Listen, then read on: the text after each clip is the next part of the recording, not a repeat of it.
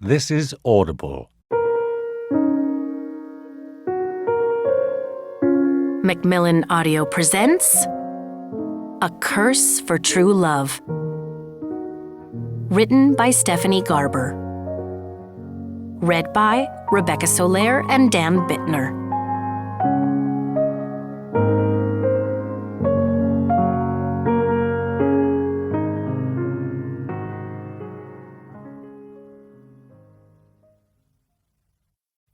For anyone who's ever hoped for a second chance.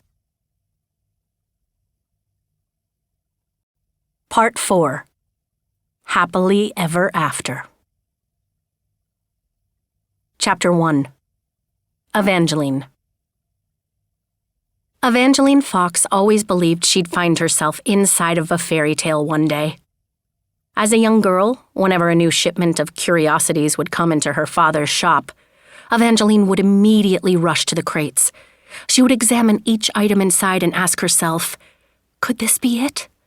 Could this be the object that would thrust her into a fantasy? Once there had been an enormous crate with only a doorknob inside. The knob was an exquisite jeweled green and sparkled in the light like magic. Evangeline was convinced that if she attached it to the right door, it would open up to another world and her fairy tale would begin. The doorknob, sadly, never opened up to anything out of the ordinary. But Evangeline never gave up hope that someday she'd find herself elsewhere. Hoping and imagining and believing in magic had always been like breathing to Evangeline. And yet, it was suddenly very difficult to breathe as she finally found herself elsewhere, wrapped in the arms of a handsome young man who said he was her husband. Husband? The word made her head spin. How? She was too overwhelmed to ask more than that one word. In fact, she couldn't even manage to speak it aloud. If she wasn't being held, Evangeline might have crumpled back onto the floor. It was too much to take in and too much to lose all at once. One of the last things she remembered was sitting with her father as he died at home. But even that memory was ragged around the edges, as if his death were part of a faded portrait. Only it wasn't just faded. Pieces of it had also been ruthlessly ripped away. She couldn't clearly remember the months before her father's death, or anything that had happened afterward. She didn't even recall how he'd caught the fever that had killed him. All she knew was that, like her mother, her father was gone, and he had been for some time. I know this must be frightening. I imagine you feel alone, but you're not, Evangeline. The stranger who'd said he was her husband held her tighter. He was tall, the sort of tall that made Evangeline feel small, as he held her close enough for her to feel that he was shaking too. She didn't imagine he was as terrified as she was, but clearly he didn't feel as confident as he looked. You have me, and there is nothing I wouldn't do for you. But I don't remember you, she said. She was a little reluctant to pull away, but it was all so overwhelming. He was overwhelming. A deep line formed between the stranger's brows as she pulled back. But he replied patiently, his voice low and soothing as he said, My name is Apollo Acadian. Evangeline waited again for a flare of recognition, or even just a tiny spark. She needed something familiar, something to hold onto that would keep her from collapsing back onto the ground. And Apollo looked at her as if he wanted to be that. No one had ever looked at her with so much intensity.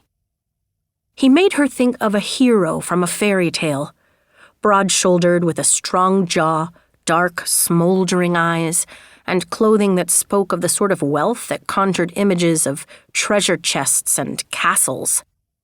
He wore a high-collared dark red coat with rich gold embroidery covering the cuffs and the shoulders. Beneath it was some sort of doublet, At least she thought that's what it was called. The men at home in Valenda dressed quite differently. But clearly she wasn't there anymore. The thought brought a new wave of panic that made her words come out in a rush. "How did I come to be here? How did we meet? Why don't I remember you?" she asked. "Your memories were stolen by someone who's been trying to tear us apart." Something flickered in Apollo's brown eyes, although if it was anger or pain, she couldn't tell. Evangeline wished she could remember him, but the harder she tried, the worse she felt. Her head hurt, and her chest felt hollowed out, as if she'd lost more than just her memories. For a second, the agony was so deep and so brutal, she clutched her heart, half expecting to find a jagged hole. But there was no wound. Her heart was still there. She could feel it beating. Yet for a devastating moment, Evangeline imagined that it shouldn't have been, that her heart was supposed to be as broken as she felt. Then it hit her. Not a feeling, but a thought. A sharp, fragmented one. She had something important to tell someone. Evangeline couldn't remember what it was, but she felt as if her entire world depended on this one thing she needed to share. Just thinking about it made her blood rush. She tried to remember what this something was that she needed to say, and who it was she needed to tell. Could it be this Apollo person? Could this be why her memories had been stolen? "Why is someone trying to tear us apart?" Evangeline asked. She might have thrown out even more questions. She might have asked once more how they'd met and how long they'd been married. But Apollo suddenly looked nervous. He shot a furtive glance over Evangeline's shoulder before quietly saying, "It's complicated." She followed his gaze to the strange wooden door she'd been curled up against. On either side of the door were two warrior angels made of stone, although they looked more lifelike than stone carvings were supposed to. Their wings were outstretched and spattered in dried blood.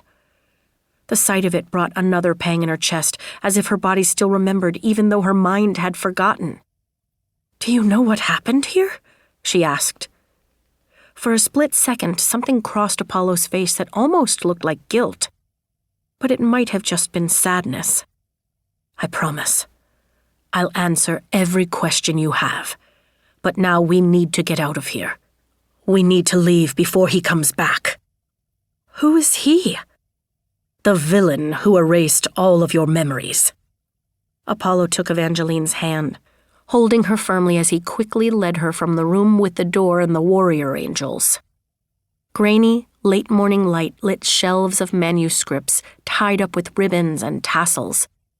It appeared they were in an ancient library, although the books looked newer the farther they ventured. Floors changed from dusty stone to gleaming marble. Ceilings grew taller. The light became sharper. Manuscripts turned into leather-bound volumes. Evangeline once again tried to search for something familiar in the late-morning glow, something that might make her remember. Her head was clearer now, but nothing was familiar. She was truly elsewhere, and it seemed she had been for long enough to meet heroes and villains, and to find herself in a battle between them. "Who was he?" she pressed. "The one who stole my memories." Apollo's steps faltered. Then they picked up faster than before. "I promise I will tell you everything, but we should get out of here." "Oh my!" someone exclaimed. Evangeline turned to see a woman in white robes standing between the shelves of books. The woman, some kind of a librarian, Evangeline supposed, brought a hand to her mouth as she stared. Her expression was one of awe, eyes wide and unwavering as they latched onto Apollo. Another librarian strode into the hall. This one gasped, then promptly fainted, dropping a stack of books as the first librarian yelled, "It's a miracle!" More librarians and scholars came forward, all crying out similar exclamations. Evangeline curled toward Apollo as they were quickly surrounded, first by the librarians, then by servants and courtiers, finally by wide-chested guards in shining armor who rushed in, no doubt drawn by all of the clamor. The room they were in was at least 4 stories tall, but suddenly it felt small and suffocating as more and more unfamiliar people closed in on them. "He's back! He's alive! It's a miracle!" they all repeated, voices turning reverent as tears began to glisten down cheeks. Evangeline didn't know what was happening. She felt as if she were witnessing the sort of thing that usually took place in a church. Was it possible she had married a saint? Looking up at Apollo, she tried to remember his surname. Acadian. That was what he'd told her. She couldn't recall a single story about an Apollo Acadian, but clearly there were stories. Upon meeting him, she'd imagined he was some kind of hero, but the crowd looked at him as if he was even more. "Who are you?" Evangeline whispered. Apollo brought her hand to his lips and pressed a kiss to her knuckles that made her shiver. "I am the one who will never let anyone harm you again." A few nearby people sighed as they overheard the words. Then Apollo raised his free hand toward the rumbling crowd in a gesture that universally meant quiet. Those gathered immediately fell into a hush. Some even dropped to their knees. It was uncanny to see so many people fall quiet so quickly. They didn't even seem to breathe as Apollo's voice rang out over their heads. "I can see that some of you are having a difficult time believing your eyes. But what you're seeing is real. I'm alive. When you leave this room, tell everyone you see that Prince Apollo died and then went through hell to get back here." Prince? Evangeline barely had time to process the word and everything that came with it. For almost as soon as Apollo spoke, he released Evangeline's hand and swiftly took off his velvet doublet, followed by his linen shirt. Several of those gathered gasped, including Evangeline. Apollo's chest was flawless, smooth and carved in muscles, and over his heart was a vibrant tattoo of 2 swords in the shape of a heart with a name in the center. Evangeline. Until that moment, everything had felt a bit like a fever dream she might have woken up from. But her name on his chest felt permanent in a way that Apollo's words had not. He wasn't a stranger.